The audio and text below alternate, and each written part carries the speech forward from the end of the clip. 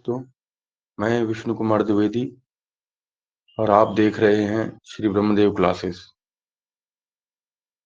दोस्तों, आज के इस टॉपिक में हम फिर से डिस्कशन करने वाले हैं कुछ इम्पोर्टेंट टॉपिक्स का जो रिलेटेड हैं साउंड के टॉपिक से।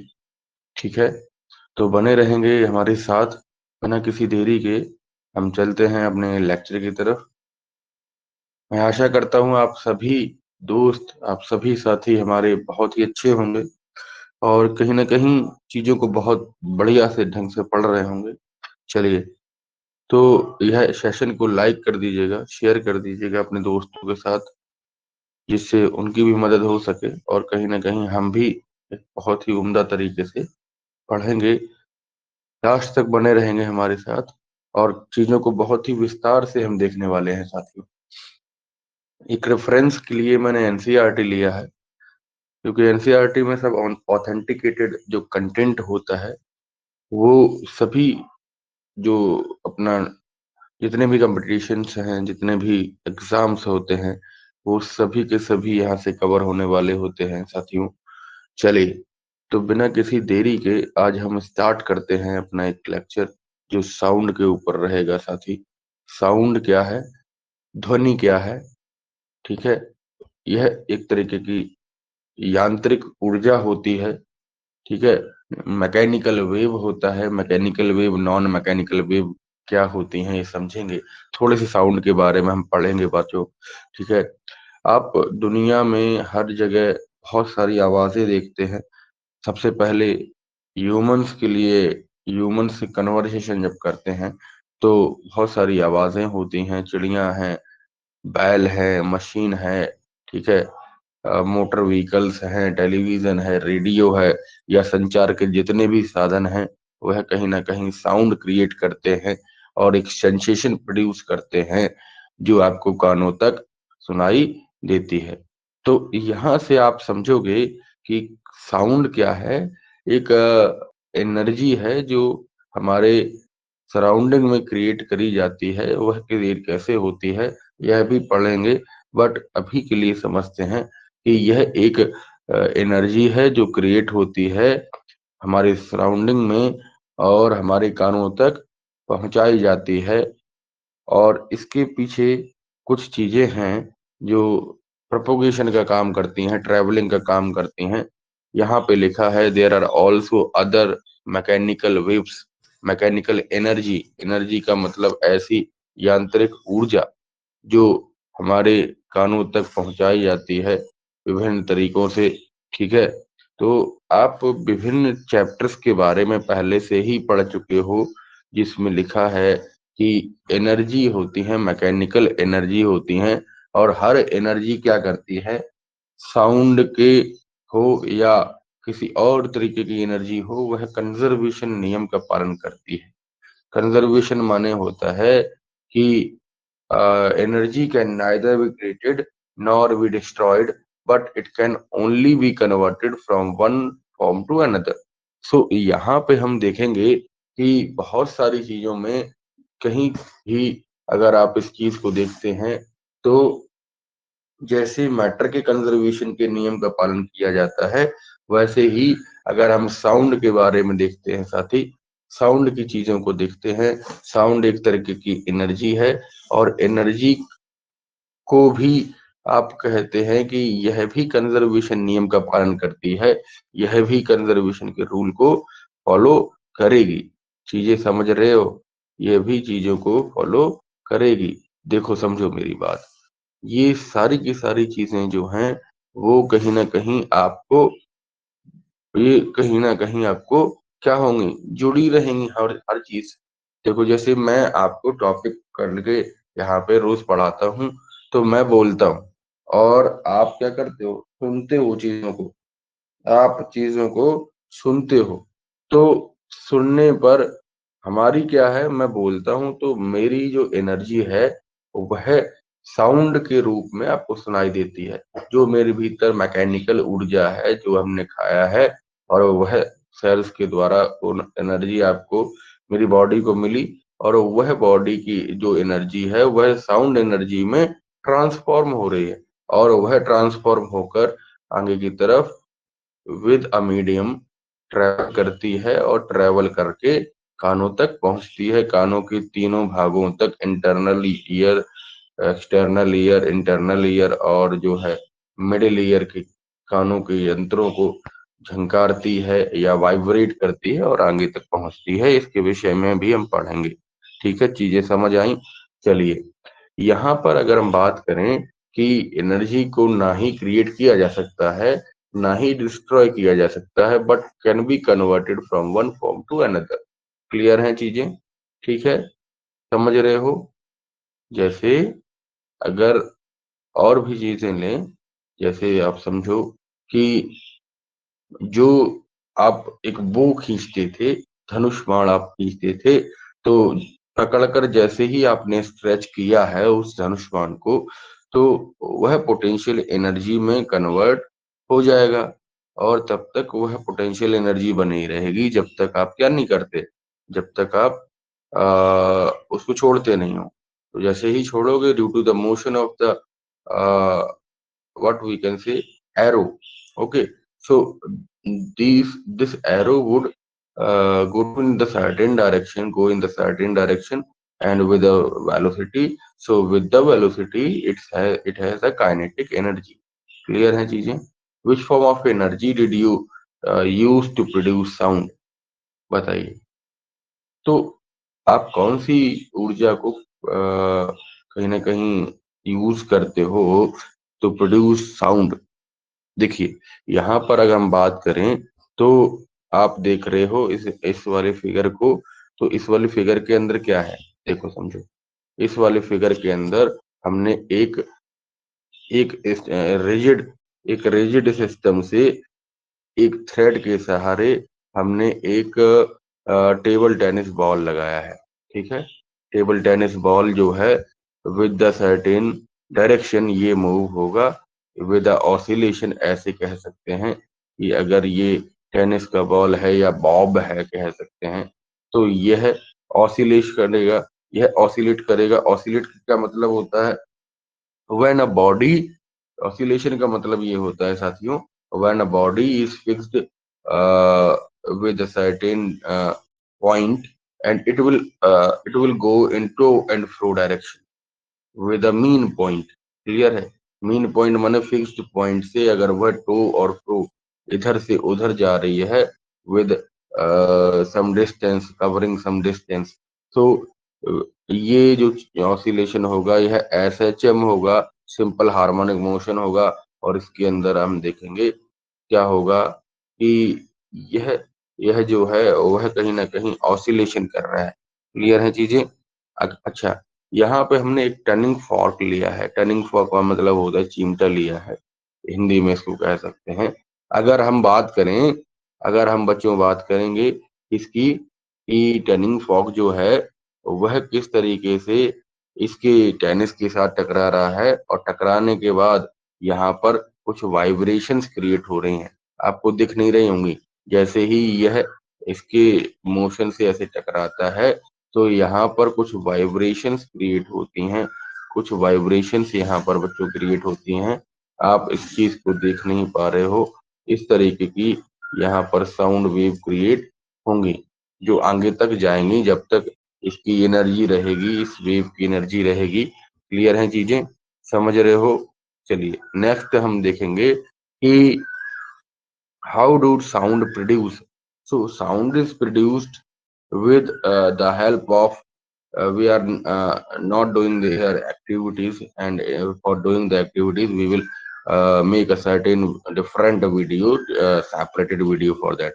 Okay, so we are saying that producing the sound, या propagation of the sound एक अलग चीज है। प्रोडक्शन ऑफ साउंड, प्रोडक्शन माने इसको हम कहीं ना कहीं इसको हम प्रोड्यूस कैसे कर सकते हैं, उत्पन्न कैसे कर सकते हैं। Sound is produced by the vibrations of different types of material. if we are having the water with the tumbler, in the tumbler, and we are suppose that आप देखते हो ना, छोटे बच्चे होते हैं घर में, तो वो क्या करते हैं जब ज्यादा भूख लगी होती है और खाना उनको थोड़ी देर से मिलता है, तो वो क्या करते हैं, शोर मचाते हैं, हल्ला करते हैं।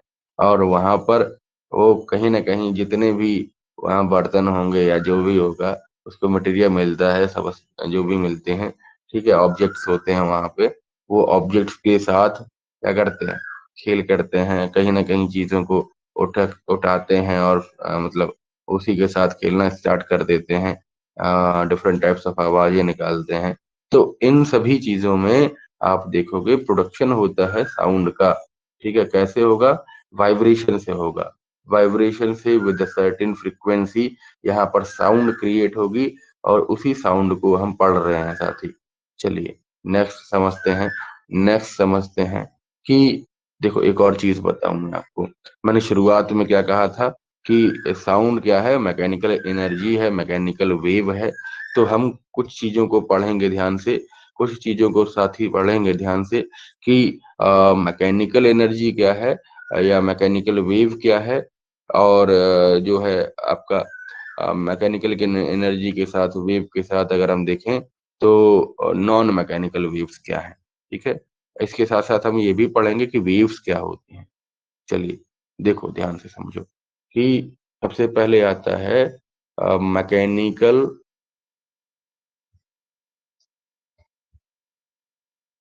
वेव्स क्या है। ठीक है, दोज दोज दोज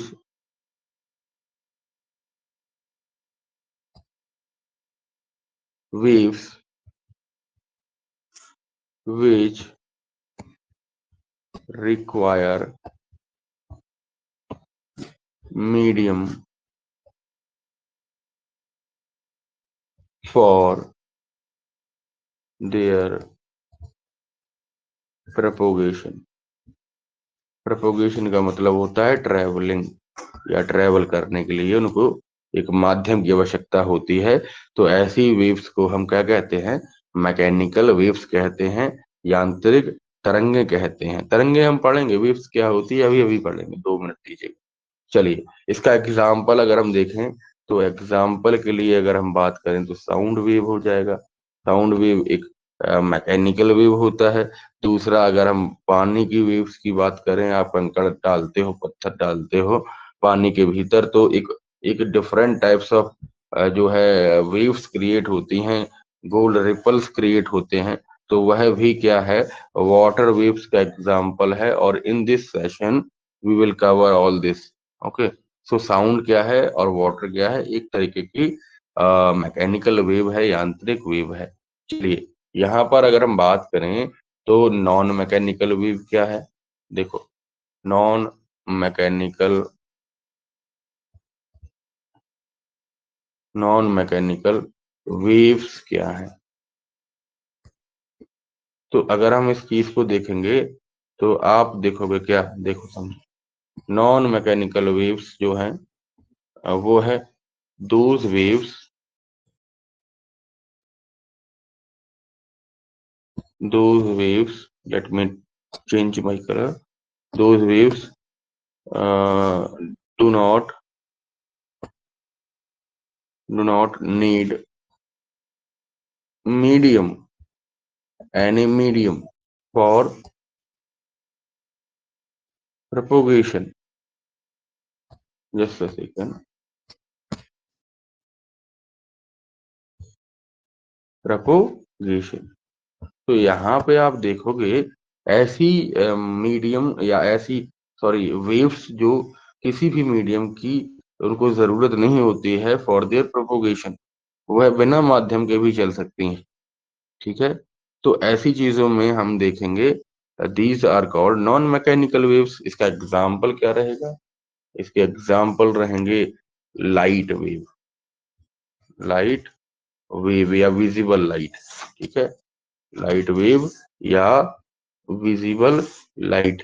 ठीक है, इसके अलावा अगर हम बात करेंगे E M wave, E M waves जितनी भी हैं वह कहीं ना कहीं क्या है, आपका नॉन मैकेनिकल वेव का हिस्सा है, नॉन मैकेनिकल वेव्स का पार्ट है। ईएमवी माने इलेक्ट्रोमैग्नेटिक वेव्स।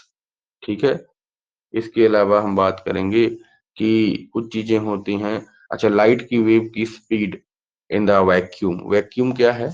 वैक्यूम होता है, वैक्यूम होता है एब्सोल्यूट स्पेस। वैक्यूम होता है बच्चों absolute space, VACUUM। Just see. तो यहाँ पे आप देख सकते हो वैक्यूम जो होता है एक एब्सोल्यूट स्पेस होता है, और एब्सोल्यूट स्पेस होता है जहां पर कोई भी जहां पर कोई भी क्या नहीं होता, कोई भी स्पेस नहीं होता, ना सॉलिड होता है, ना लिक्विड होता है, ना गैस होता है। तो ऐसे केसेस में हम अगर देखें तो वहां पर आप देखोगे कि कोई भी माध्यम ही नहीं। तो इन केस में अगर हम लाइट की स्पीड की बात करें तो होता है C in is equal to 3 × 10⁸ metre per second. Clear है? Per second. तो हम बात करते हैं कि जो लाइट है उसकी स्पीड क्या है, 3 × 10⁸ मीटर पर सेकेंड होगा बच्चों। चलिए नेक्स्ट हम बात करेंगे कि वेव्स क्या है। देखो वेव्स जो हैं वह एक तरीके का डिस्टरबेंस होता है। क्या होता है? डिस्टरबेंस। Just second. क्रिएटेड, क्या करेंगे?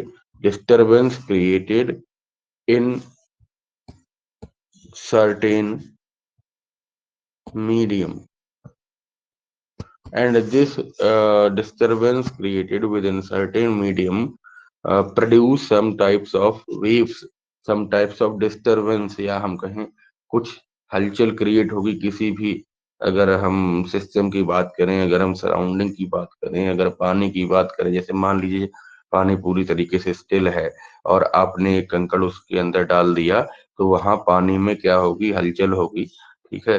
ठहरे हुए पानी में कंकड़ ना मार सांवरे। ठीक है? कुछ ऐसे करके गाना है। ठीक है? चलते हैं साथी। अगर हम बात करेंगे तो इस तरीके की वेव्स क्रिएट होती हैं चारों के चारों तरफ।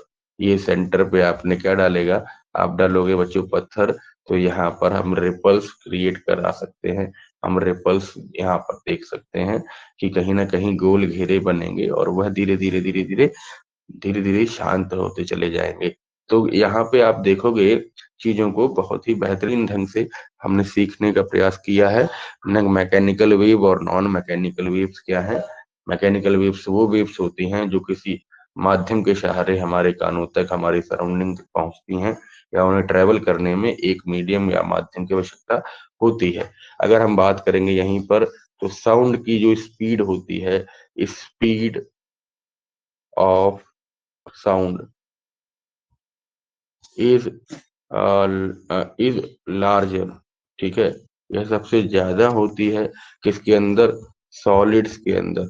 अगर हम बात करें 332 मीटर पर सेकेंड। क्लियर है? यह अगर हम बात करें तो 22 डिग्री सेल्सियस पर होता है। ठीक है? ये टेम्परेचर पर अगर हम देखें तो साउंड की जो स्पीड होती है विद इन द सॉलिड्स, तो वो होती है 332 मीटर पर सेकंड। क्लियर है? इसके बाद अगर हम बात करेंगे तो वह लिक्विड की होती है। ठीक है? इससे कम लिक्विड की होती है दूसरे नंबर पर। फिर सबसे कम होती है गैसेस के अंदर। ठीक है बच्चों? तो सॉलिड्स की जो स्पीड होती है साउंड के अंदर वह सबसे ज्यादा होती है। ठीक है? साउंड की जो स्पीड होती है सॉलिड्स के अंदर वह सबसे ज्यादा होती है मित्रों। क्लियर? चलिए आगे देखेंगे। अच्छा ये भी समझो कि सॉलिड्स के भीतर जो है वह सबसे ज्यादा कैसे होती है। We are knowing that, we know that कि जो सॉलिड है उनके पास डेफिनेट शेप होता है, डेफिनेट साइज होता है। तो हम यहाँ पे एक एग्जांपल लेंगे इसके लिए। देखो समझो, अगर आप देखोगे तो जो सॉलिड होता है ना बच्चों, वह कहीं ना कहीं एक फिक्स्ड ओरिएंटेशन होता है, एक 3D अरेंजमेंट रहता है उसके अंदर। एक सॉलिड शेप के अंदर हम देखेंगे तो सॉलिड शेप के अंदर क्या रहेगा? एक 3D अरेंजमेंट रहेगा, और इसके पार्टिकल्स जो होंगे वो क्लोजली पैक रहेंगे एक दूसरे के साथ, क्लोजली पैक्ड रहेंगे।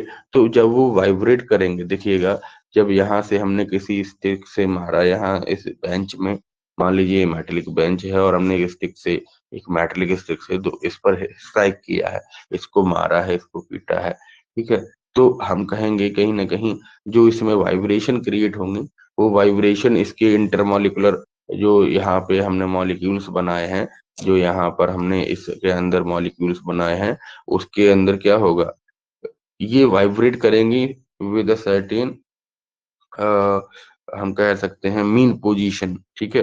वो मीन पोजीशन की वजह से यहाँ पर क्या करेंगी, वाइब्रेट करेंगी, एक दूसरी जगह नहीं जा सकती, लेकिन अपनी एनर्जी को दूसरे मॉलिक्यूल्स तक ट्रांसफर कर सकती हैं। और जब पास पास होंगे तो यह ट्रांसफर बहुत जल्दी होगा। तो ऐसी केसेस में जो स्पीड होगी, जो साउंड की स्पीड होगी सर्टेन मॉलिक्यूल से डिफरेंट मॉलिक्यूल्स तक, वो जल्दी से पहुंच जाएगी। तो ऐसे केसेस में आप देखते हो स्पीड ऑफ साउंड जो है बच्चों, वह ज्यादा होती है in the case of solids. Clear है चीजें? ठीक है। अच्छा, हम दूसरे की बात करेंगे लिक्विड्स और अगर गैसेस की, तो अरेंजमेंट ऑफ द मॉलिक्यूल्स की वजह से वहां पर यह सब चीजें देर से पहुंचती हैं, देर से समझ में आती हैं, देर से यहाँ पर स्पीड ऑफ द साउंड वहां पे क्रिएट हो सकता है। ठीक है, चीजें समझ आ रही हैं।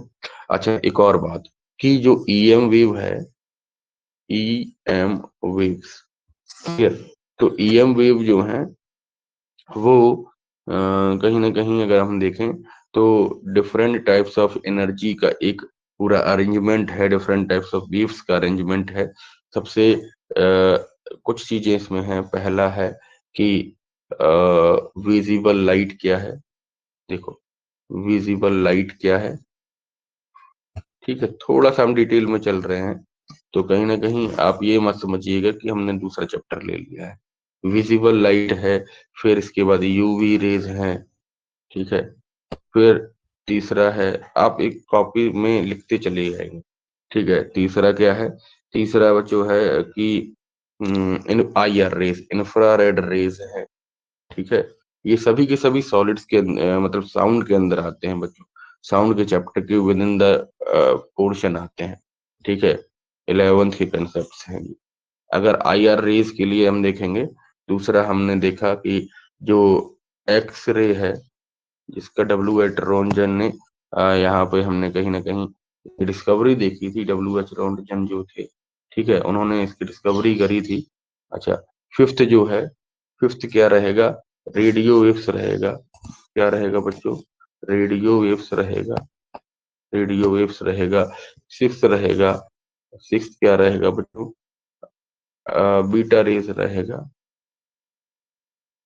बीटा रेज रहेगा, ठीक है। बीटा, गामा और अल्फा, ठीक है, ये रेडियो एक्टिव किरणें होती हैं, ठीक है।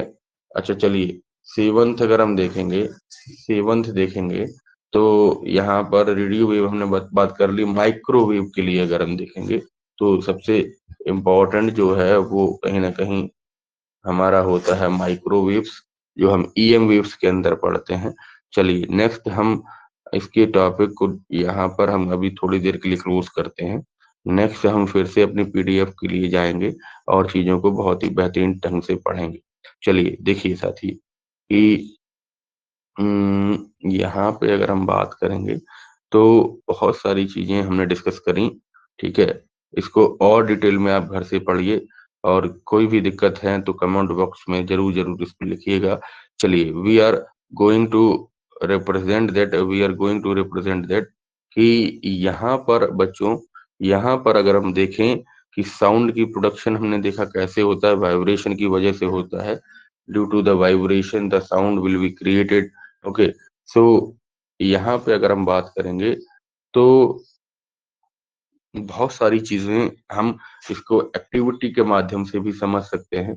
हम बहुत सारी चीजों को यहाँ पर हम साउंड के लिए बता सकते हैं। देखो, होता क्या है कि वाइब्रेशन जब क्रिएट होता है, वाइब्रेशन का मतलब होता है rapid to and fro motion of the object.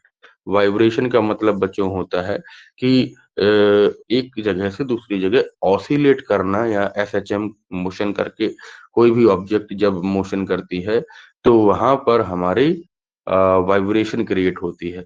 ऐसे ही अगर हम अपने एडम्स एप्पल के अंदर बात करेंगे, अपने गले के अंदर बात करेंगे बच्चों, तो गले के अंदर क्या होता है, ह्यूमन वॉइस क्रिएट होती है, ठीक है। बोलने पर ह्यूमन वॉइस क्रिएट होती है, और इसको बोलने की वजह से हम यहाँ पर due to the vibration of the vocal cords, cords का मतलब होता है टिश्यूज, जो जो थोड़े थोड़े हमारे भीतर जो मसल्स होते हैं उनसे बना होता है वोकल कॉर्ड।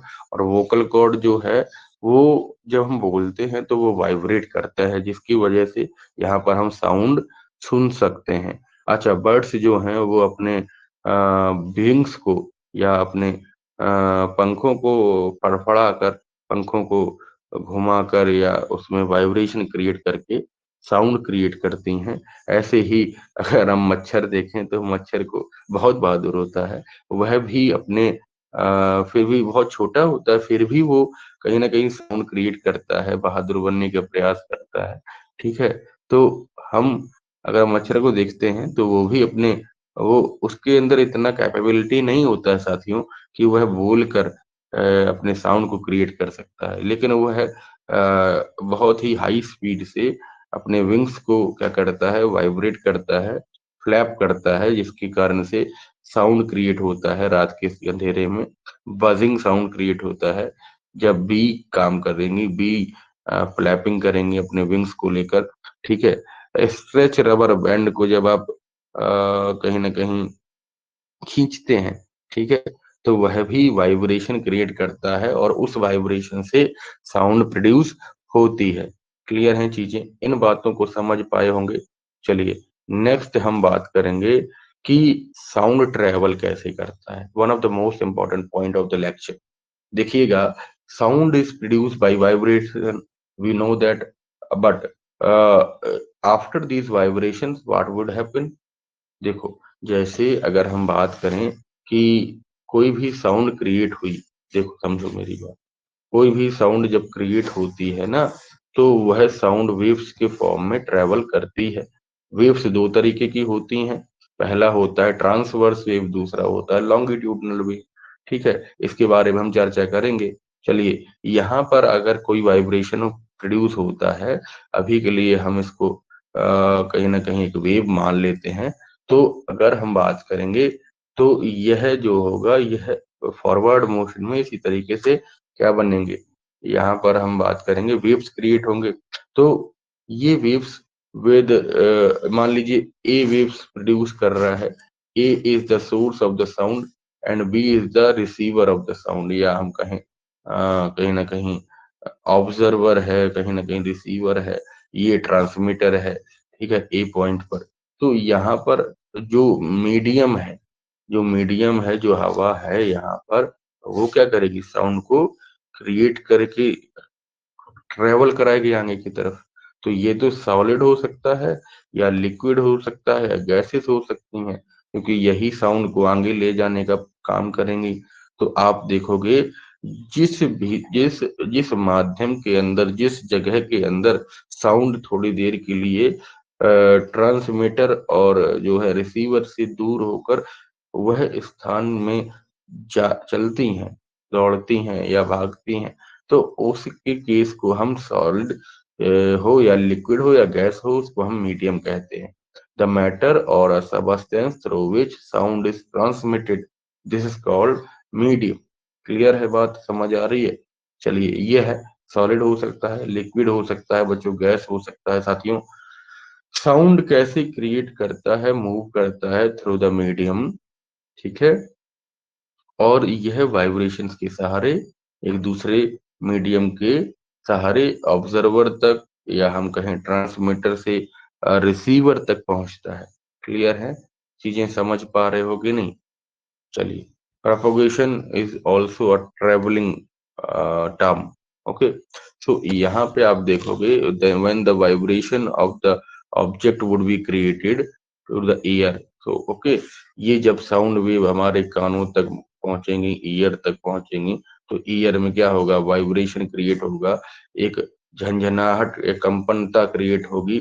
तो वहां पे आप देखोगे तो आपको चीजें सुनाई देंगी। आपके एक्सटर्नल ईयर जो है उसके अंदर बहुत सारी चीजें होती हैं, हम पढ़ेंगे, अभी पढ़ेंगे। The medium is in the contact with the vibration is displaced from the equilibrium position, ठीक है? It will insert it then exert the force on the adjacent, ठीक है? It will exert तो different types of we can say सारी चीजें यहाँ पे हमने बहुत अच्छे से पढ़ी हैं बच्चों। ठीक है, आगे एक तरीके से मीडियम को हर हर तरीके से कहीं ना कहीं क्या करेगा, ओवरलैप करेगा, और आगे तक यह प्रोसेस चलती रहेगी जिससे आपको साउंड सुनाई देगा। वही सब चीजें यहाँ पर लिखी हैं। अच्छा, वेव क्या है? देखो वेव क्या है, मैंने पहले पढ़ाया था, अभी भी समझ लीजिए। वेव क्या है? एक डिस्टरबेंस है that moves through the medium when the particle of the medium set neighbouring particles into the motion when there in the certain space in the certain medium, the vibration would create, this will this will vibrate all the neighboring particles present over there. So this is called and this vibration create the motion. So this motion will certainly changes the condition of that space, and this would generate the wave. Clear है चीजें? क्या है, समझ आया चीजें? चलिए, next हम देखते हैं। नेक्स्ट हम बच्चों देखते हैं। अच्छा, वेव हमने बताया था दो तरीके की होती हैं, मैकेनिकल और non mechanical, depending on the what we are seeing, depending on the propagation, depending on the space where they are traveling। ठीक है, चीजें समझ रहे हो? अच्छा, the particle of the medium do not move forward, याद रखिएगा। जब भी वेव्स के अंदर जब हम एनर्जी के ट्रांसफर की बात करते हैं, ट्रेवलिंग की बात करते हैं, तो particles of the medium are not in the motion. देखो, यह चीज हमने ट्रांसफर ऑफ हीट के अंदर भी पढ़ी कि कंडक्शन में क्या होता है। कंडक्शन में जो है पार्टिकल्स की मोशन नहीं होता है when they are transferring the heat. But in the case of sound, there is also following the same scenario. They are the particle which are in transfer of the energy. They are not moving from their existing state. They are they are only transferring the energy from one molecule to another. Okay, so we are saying that the material of the certain medium will not going anywhere. They are only propagating the sound, that is the energy। ठीक है, clear है चीजें? That is why what happened during the propagation of the sound can be visualized as a wave। आपको बताया था। ठीक है, sound wave are characterized by the motion of the particles in the medium and are called mechanical wave। That's why they are called mechanical wave। Okay, ठीक है। चलिए, next हम बच्चों बात करेंगे। एयर जो है, air is a common medium through which the sound can travel. ठीक है, so we can say air, वहां पे आप चीजें देखो, समझो ध्यान से। यहाँ समझेंगे कि कुछ चीजें होती हैं जिसको हम यहाँ पर समझाने का प्रयास कर रहे हैं। देखो, कुछ चीजें यहाँ हमें मिल जाए, फिगर मिल जाए बच्चों, फिगर मिल जाए। देखो यहाँ पर क्या होता है, कुछ जब चीजों को हम देखते हैं, कुछ चीजों को देखते हैं, तो साउंड इस तरीके से, इस नीचे वाले फिगर को देखिएगा। इस नीचे वाले फिगर में सी पार्ट में आपको दिखेगा कि when the sound is travelling it will form a wave. And ऊपर वाले हिस्से को आप और अधिक बढ़िया से देखेंगे इसको। देखो, और जूम कर दिया। चलिए, इसको ध्यान से देखेंगे। सबसे पहले नीचे वाले पोर्शन को ध्यान से देखेंगे कि when the sound is creating a wave, so we are taking a graph of it with the density or we can say pressure and in the certain direction, in the certain distance। ठीक है, it is moving। so when the motion of the wave is there, तो यहाँ पे क्या होगा, एक एक जो है वेव क्रिएट होगी और ऊपर वाले हिस्से को हम कहते हैं क्रेस्ट, CREST, क्रेस्ट। एंड नीचे वाले हिस्से को कहते हैं ट्रो। ठीक है, ट्रो कहते हैं। अगर हम बात करें कि जो ये जो लाइन है, ये मेन पोजीशन होती है, जो मिडिल वाली जो लाइन होती है बच्चों, मिडिल वाली लाइन को हम अगर देखें, तो यह जो बच्चों, यह जो होती है, यह मेन पोजीशन होती है। ठीक है, जहां पर आप एम्पलीट्यूड जीरो मान सकते हो किसी भी चीज का। चलिए, यहाँ अगर हम बात करते हैं तो वेव के अंदर, ठीक है, वेव के अंदर हम बात करेंगे तो अगर आप देखो कि यहाँ से मेन पोजीशन से इसके टॉप पॉइंट तक जो चीज होगी वो है होगी एम्पलीट्यूड। देखो ये कैरेक्टरिस्टिक ऑफ द वेव्स हैं, we are going to explain the characteristic of the wave.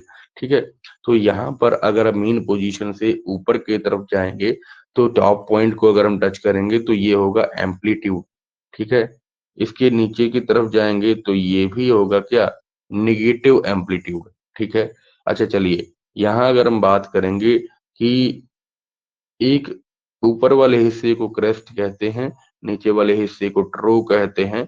अच्छा, एक एक क्रेस्ट से दूसरे क्रेस्ट की दूरी को हम क्या कहते हैं, वेवलेंथ कहते हैं।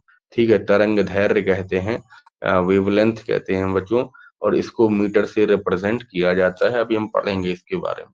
चलिए, अगर हम आगे देखेंगे, अगर हम बच्चों आगे देखेंगे तो बहुत सारी चीजें की फ्रीक्वेंसी होता है कुछ चीज।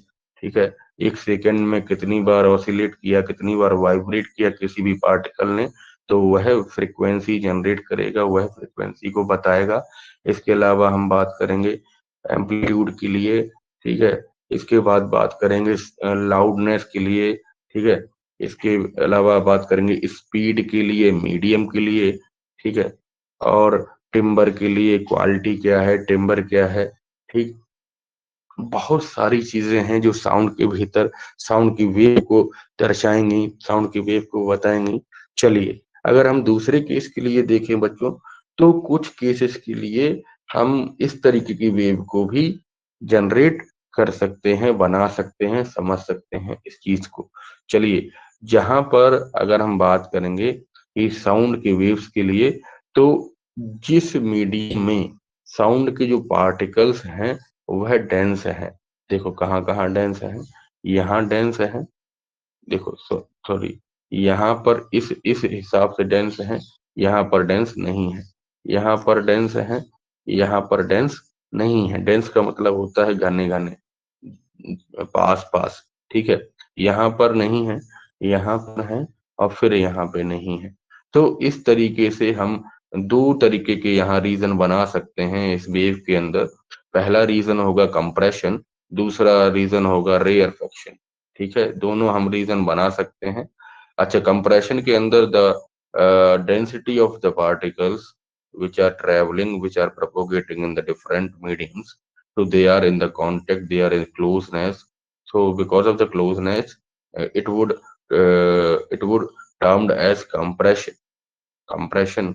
ठीक है, दूसरा क्या होगा, जहां जहां दूर दूर पार्टिकल्स थे, जहां जहां हम प्रेशर को देख रहे थे, तो प्रेशर वेरी कर रहा था डिफरेंट पॉइंट्स पर, तो वहां पर अगर हम बात करेंगे तो ये सारी चीजें कहीं ना कहीं डिफरेंट टाइप्स ऑफ रीजन बना रही थी, रेयर फैक्शन और कंप्रेशन।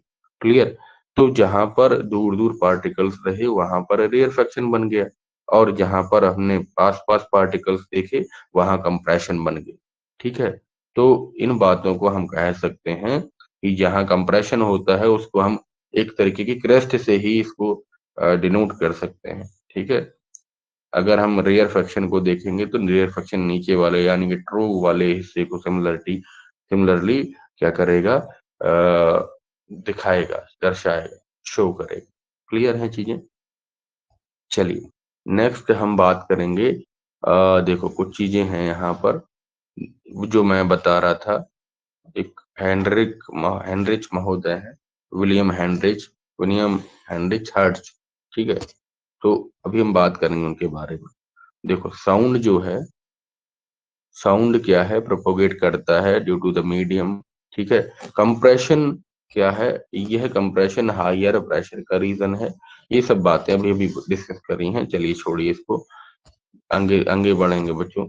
आगे बढ़ेंगे, कुछ क्वेश्चंस हैं जो आप कर सकते हो for your revision here. Clear है चीजें। कॉम्पिटिटिव लेवल बेस के लिए अगर आप देखो, कुछ डिफरेंट टाइप्स ऑफ क्वेश्चंस होते हैं यहाँ पे जो विद इन द थ्योरी होंगे, विद इन द कॉन्सेप्ट होंगे। कॉन्सेप्ट समझ गए तो सारी चीजें समझ गए। चलिए, नेक्स्ट हम बात करेंगे, नेक्स्ट हम बच्चों बात करेंगे कि ये सारी चीजें मैं डिस्कस कर चुका हूँ। ठीक है, कुछ छूटा होगा तो हम अच्छा, एक और बात कि जो वेव्स होती हैं, पहला वेव, दो तरीके की वेव्स होती हैं, पहला होता है ट्रांसवर्स वेव, दूसरा होता है लॉन्गिट्यूडनल वेव। तो दोनों को समझेंगे ध्यान से कि sound waves are longitudinal waves. Sound wave क्या है? लंबवत वेव्स हैं, लंबवत जो है तरंगे हैं, लंबवत तरंगे हैं। कैसे? देखो, देखो, जब भी हम कोई रीजन देखते हैं, जब भी हम कोई रीजन देखते हैं विद इन द वेव, तो या तो कंप्रेशन होगा, या रेयरफेक्शन होगा, या क्रस्ट होगा, या ट्रो होगा। तो ऐसी वेव्स बच्चों जो पैरेलली कंप्रेशन और रेयरफेक्शन की जगह जैसे ट्रेवल करती हैं, the propagation of the disturbance in a medium is slinky. ठीक है, साउंड प्रोपोगेशन होगा, तो ऐसी वेव्स को हम लॉन्गिट्यूडनल वेव्स कहते हैं। और लॉन्गिट्यूडनल वेव्स में जो जो प्रोपोगेशन होता है, जो मीडियम का डिस्टरबेंस होता है, वह parallelly to the direction of the propagation. मान लीजिए कि इस तरीके की वेव्स हैं और हमें क्या करना है, इस डायरेक्शन में जाना है, और वेव्स का ऑसिलेशन या हम कहें प्रोपोगेशन भी इसी डायरेक्शन में हो रहा है, वाइब्रेशन भी with in the certain medium हो रहा है, डिस्टेंस का, मोशन का इसका यहाँ पे है, और प्रोपोगेट यहाँ पे भी हो रहा है। तो दोनों का जो सेम डायरेक्शन है वह सेम है, ठीक है, पैरेलल है। तो इस केस के अंदर हम देखेंगे these are called longitudinal waves. ठीक है। So whenever the propagation and the production, the vibration of the particles are in the same medium and they are parallel to each other, then this case is certainly the case of longitudinal waves. ठीक है, चीजें समझे? ठीक है, चलिए। When the particle do not move from one place to another, but they are simply oscillating back and forth. Back and forth means to and fro। ठीक है, तो ऐसे केसेस में हम साउंड वेव्स को हम क्या कह सकते हैं? लॉन्गिट्यूडनल वेव्स कह सकते हैं। चलिए, एक और तरीके की वेव्स होती है, एक और तरीके की तरंग होती है बच्चों, जिसको हम ट्रांसवर्स वेव कहते हैं। क्या कहते हैं साथी? ट्रांसवर्स वेव कहते हैं। ट्रांसवर्स वेव के अंदर जो पार्टिकल्स होते हैं वह ऑसिलेट नहीं करते, ऑसिलेट नहीं करते, और यह ऑसिलेट नहीं करते, डायरेक्शन ऑफ प्रोपोगेशन जो होता है यह जो है परपेंडिकुलर होता है। देखो, यह जो है बच्चों परपेंडिकुलर, यानी कि अगर इस तरीके से डायरेक्शन इस साइड है, ठीक है, और पार्टिकल इस तरीके से ऑसिलेट करते हुए आ रहे हैं, पहले ऊपर ऑसिलेट किए, फिर नीचे, फिर ऊपर, फिर नीचे, फिर ऊपर, फिर नीचे, तो इसके साथ 90 डिग्री एंगल बनेगा। और 90 डिग्री एंगल बनाते हैं तो दोनों डायरेक्शंस जो मतलब मोशन और कहीं ना कहीं प्रोपोगेशन से 90 डिग्री एंगल बनाएंगे तो क्या होगा? वो परपेंडिकुलरली मूव होंगे। और ऐसे केसेस में जो वेव्स क्रिएट होती हैं उनको हम क्या कह सकते हैं? उनको हम ट्रांसवर्स वेव कहते हैं। क्लियर है चीजें? बातें समझ आ रही हैं कि मीन पोजीशंस का डायरेक्शन परपेंडिकुलर होगा to the direction of wave propagation. ठीक है, तो ऐसे केसेस में हम उनको कहते हैं क्या? Transverse wave. पानी के अंदर जो हलचल होती है कंकड़ डालने पर, तो वह क्या करेगी? पेबल डालने पर आप क्या करते हो? तो रिपल्स क्रिएट होती हैं in the water, so this is called the transverse wave. Clear है चीजें? अच्छा, लाइट को अगर हम देखें, light is a transverse wave, but for the light oscillation are not in the medium, so they are called non mechanical wave। याद रखिए, it's not mechanical wave, it's a non mechanical wave. ठीक है। अच्छा, आपको क्या पढ़ लेना होगा कि ट्रांसवर्स वेव कैसे है, लाइट वेव जो है वो ट्रांसवर्स वेव कैसे है। तो यह जो है 12th के हम लेक्चर को कंसीडर करेंगे यहाँ पे, 11th के लेक्चर को कंसीडर करेंगे, सॉरी। तो वहां पे चीजों को हम बहुत अच्छे से पढ़ने वाले हैं। चलिए, नेक्स्ट हम बात करेंगे, अगर हम चीजों को सीखना चाहें, देखो ध्यान से, चीजों को अगर हम सीखना चाहें तो कैरेक्टरिस्टिक ऑफ साउंड जो है उसके अंदर हम बात करेंगे। तो क्या क्या है ये? पहला है फ्रीक्वेंसी, पहला बच्चों है फ्रीक्वेंसी, दूसरा है एम्पलीट्यूड, तीसरा है speed of the sound. Clear है? अच्छा, फ्रीक्वेंसी को बात करेंगे तो फ्रीक्वेंसी क्या है? Frequency is the number of oscillation, number of vibration produced पर सेकेंड, एक सेकेंड में वह कितना वाइब्रेशन क्रिएट करती है कोई भी ऑब्जेक्ट जब ऑसिलेट करती है, जब वो कहीं ना कहीं डिस्टरबेंस क्रिएट करती है within the certain space. So हम कह सकते हैं इस चीज को हम फ्रीक्वेंसी कहते हैं, और इसको एन से रिप्रेजेंट किया जाता है, या हम एफ से रिप्रेजेंट करते हैं, स्मॉल एफ से, और इसका फॉर्मूला होता है 1/T। ठीक है, इसको 1/T से करते हैं डिनोट। क्लियर है चीजें, इसको फॉर्मूले को हम देख सकते हैं। अच्छा, दूसरा एम्पलीट्यूड क्या है, चलो देखें। एम्पलीट्यूड को अगर हम देखते हैं, अच्छा एक और बात बच्चों, कि जो फ्रीक्वेंसी है उसकी जो एसआई यूनिट है वो होती है हर्ट्ज। क्लियर है, और इसको इसको जो है एक साइंटिस्ट थे, विलियम हेनरिच रुडोल्फ हर्ट्ज। ठीक है, हेनरिच रुडोल्फ हर्ट्ज, जिनका जन्म हुआ था 22 फरवरी 1857, जब मेरठ की क्रांति हुई थी। ठीक है, अंग्रेजों ने हमारे सैनिकों पर जो है कहीं ना कहीं क्या कर दिया था, एक कारतूस का निर्माण किया जाता था, जिसमें हमें सुअर की और गाय की चर्बी से बने हुए कारतूस को मुंह से छीलना होता था। तो उसकी क्रांति के लिए हमने, हमारे जो कहीं ना कहीं मंगल पांडे जी थे और दो उनके साथी थे, तो उन्होंने पूरे ब्रिटिश के साथ लोहा लिया था 1857 को। वो वाली क्रांति है बच्चों, 18 मई 1857 कैसे भूल सकता है कोई। तो उसी जमाने में हमारे हेनरिच रुडोल्फ हर्ट्ज जो थे, उन्होंने जन्म लिया था 22 फरवरी में हैम्बर्ग, जर्मनी का एक शहर है, जहां पर उन्होंने पढ़ाई करी बर्लिन यूनिवर्सिटी के अंदर। और जेसी यानी कि मैक्सवेल जो थे, उन्होंने ग्राम इलेक्ट्रोमैग्नेटिक थ्योरी दिया था। अपने एक्सपेरिमेंट्स के अंदर उन्होंने यह पाया कि फ्यूचर डेवलपमेंट किया उन्होंने किसके लिए, रेडियो टेलीफोन के लिए, ठीक है, टेलीग्राम के लिए। तो बहुत सारी चीजें इन्होंने डिस्कस करी, बहुत सारी चीजों के एडवांसमेंट इन्होंने खोजे। इसके अलावा उन्होंने डिस्कस किया फोटो इलेक्ट्रिक इफेक्ट को। ठीक है, photo electric effect which was later explained bye Albert Einstein साहब। ठीक है, इन्होंने ही वहां पर उसका लेड किया था, एक फाउंडेशन क्रिएट किया था, फाउंडेशन लेड किया था बच्चों। तो बाद में 1905 में, 1905 में सर जो है अल्बर्ट आइंस्टाइन साहब को फोटो इलेक्ट्रिक इफेक्ट के लिए नोबेल प्राइज से नवाजा गया। ठीक है, चीजें हमें केवल तथ्यों को नहीं समझना है, तथ्यों के साथ साथ बच्चों हमें उन व्यक्तियों के बारे में भी सोचना है, समझना है और जानना है। ठीक है, जिन्होंने इतने इतने गहरे, इतने साइंटिफिक कंसेप्ट, इतने बहुत ही उम्दा साइंटिफिक कंसेप्ट दिए। ठीक है, उनका जीवन कैसा रहा, उन्होंने कहाँ से क्या पढ़ाई करी, और उन्होंने किस तरीके से किन चीजों के बारे में एडवांसमेंट करके खोजा। तो इन सभी बातों को जब आप ध्यान से पढ़ोगे, तो आपके भीतर भी एक ललक उत्पन्न होगी, एक कुछ कर गुजरने का जज्बा क्रिएट होगा। तो वह एक शिक्षक होने के नाते मैं आपको कहीं ना कहीं सिखाने का या उसके आगे बढ़ाने का, आपको आगे उस क्षेत्र में बढ़ाने का प्रयास करता हूँ। चलिए, मेरा उद्देश्य यह नहीं है कि आपको किताबों के जो कॉन्सेप्ट्स हैं वह रटा दिए जाएं, वह समझा दिए जाएं।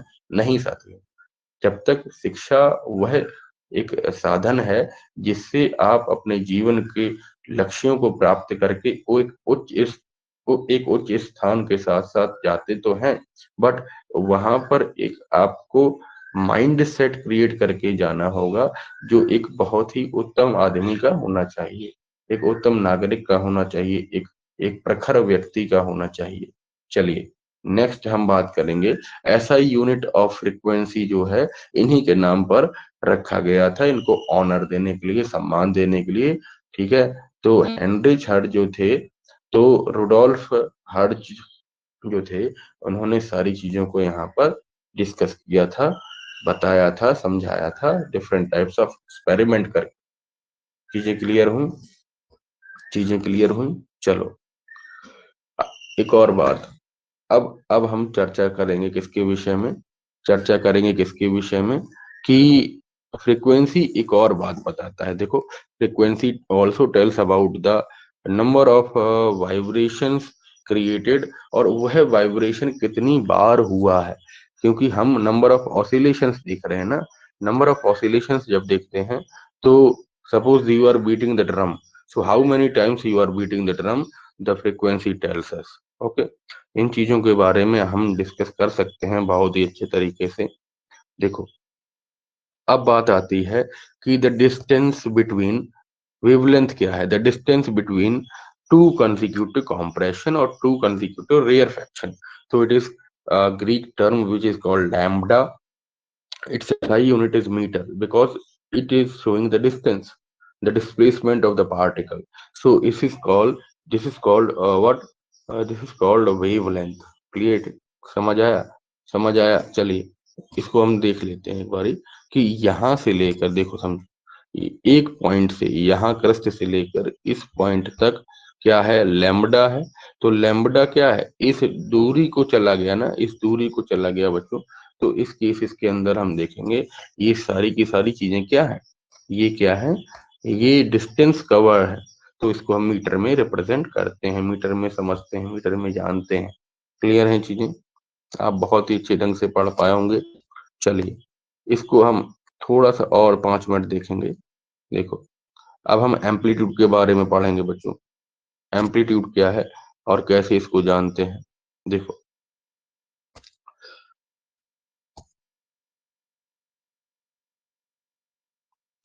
अच्छा, वी, वी मतलब होता है, न्यू कह सकते हैं इसको, वी तो नहीं होता है। यहाँ पे वी लिखा है, इन्होंने वी नहीं लिखा है। कहीं ना कहीं हम कह सकते हैं यह एक ग्रीक टर्म होता है न्यू, जिसको हम v is equal, nu is equal to 1/t। So ये एक फॉर्मूला है किसका, ऐसा ही फ्रीक्वेंसी के लिए। ठीक है, चलो फ्रीक्वेंसी के लिए आप समझे बहुत अच्छे तरीके से। अगर हम देखें कि एम्पलीट्यूड क्या है, the magnitude of the maximum disturbance in the medium. देखो, जब भी कोई पार्टिकल एक मैक्सिमम डिस्टरबेंस या मैक्सिमम डिस्प्लेसमेंट कवर करता है, जैसे हम देखें कि इन दोनों के केसेस में, आप देखो इन दोनों के केसेस में यहाँ पर अगर हम बात करें तो इस पार्टिकल का जो मैक्सिमम डिस्प्लेसमेंट है वह कहाँ तक है, वह ऊपर के पॉइंट को टच करेगा। ठीक है, तो इसके अंदर जो मैक्सिमम डिस्प्लेसमेंट है वह होता है एम्पलीट्यूड, जिसको हम कैपिटल ए से डिनोट करते हैं, कैपिटल ए से डिनोट करते हैं साथ ही। अच्छा, maximum disturbance in the medium on the either side, नीचे की साइड होगा या ऊपर की साइड होगा, वो रिप्रेजेंट किया जाएगा एम्पलीट्यूड से। ठीक है, उसको हम कैपिटल ए से डिनोट करते हैं। ठीक है, एम्पलीट्यूड का ऐसा ही यूनिट क्या रहने वाला है साथी, देखो एम्पलीट्यूड का जो ऐसा ही यूनिट रहने वाला है, देखो एक बार समझ लेंगे इसको। अ, अगर हम बात करेंगे इसकी, तो इसका जो एम्पलीट्यूड का ऐसा ही यूनिट, देखो इंटेंसिटी का ऐसा यूनिट क्या होगा, एम्पलीट्यूड का ऐसा यूनिट क्या होगा बताओ। ठीक है, magnitude of the maximum disturbance, तो हम क्या कह सकते हैं, एम्पलीट्यूड का ऐसा यूनिट होगा डेसिबल। ठीक है, डेसिबल होगा, लाउडनेस का डेसिबल होता है, लाउडनेस का डेसिबल होता है। और अगर हम, चलिए इसको देखते हैं, देखो समझो।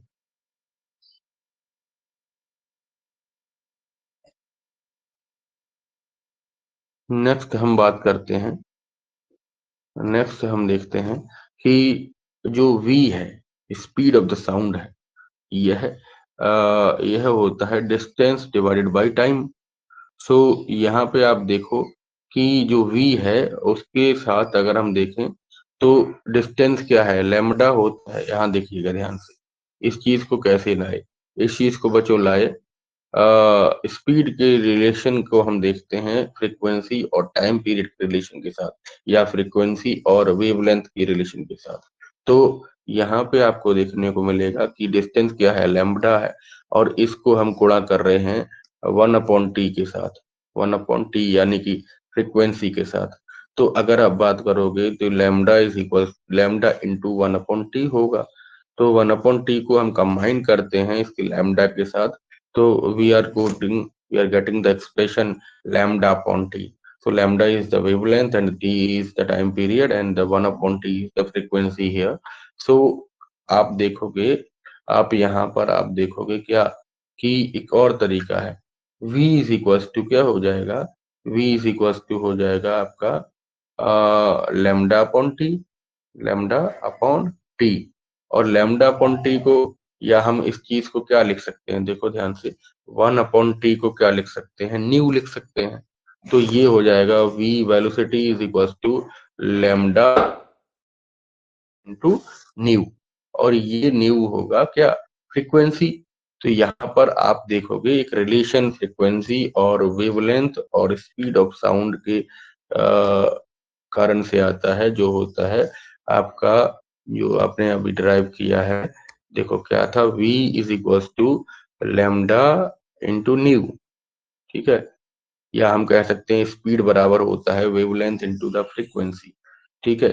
तो the speed of the sound remains almost the same for all frequency. देखो साउंड स्पीड, स्पीड जो है, साउंड की जो स्पीड है वह हर फ्रीक्वेंसी में समान रहती है, फ्रीक्वेंसी में समान रहती है। चलिए, ध्यान दिया सभी ने, समझा अच्छे से। रिलेशन आप इसकी हेडिंग डाल सकते हो, that relation between the frequency and the velocity, frequency and the velocity. Clear है चीजें, एंड वेवलेंथ ऑल्सो, ठीक है। समझ आ रही हैं बातें। अच्छा, इसके लिए एक न्यूमेरिकल करेंगे, देखो ध्यान ध्यान से समझना, कि अगर a sound wave has a frequency of 2 kHz, so the wavelength is 35 centimetre. मान लीजिए 35 सेंटीमीटर चलने पर एक फ्रीक्वेंसी जिसकी जो वेव, जिसकी जो फ्रीक्वेंसी है वह हो गई 2 kHz। किलोहर्ट्ज का मतलब यह एक अपर, यह एक हायर फ्रिक्वेंसी का जो है यूनिट है, किलोहर्ट्ज। किलोहर्ट्ज मींस 10⁻³ हर्ट्ज, ठीक है। So how will you, how long will it travel, take to travel the 1.5 kilometre. So time period वहां से पूछ रहा है, आपको दिया गया, देखो समझो गिवन वैल्यूज क्या है। v बराबर आपको दिया गया 2 kHz, ठीक है। तो किलोहर्ट्ज 2000 हर्ट्ज हो जाएगा। वेवलेंथ दिया गया 0.35 मीटर, क्योंकि 35 सेंटीमीटर यहाँ दिखा रहा है, देखो यहाँ पर आपको जस्ट सेकंड,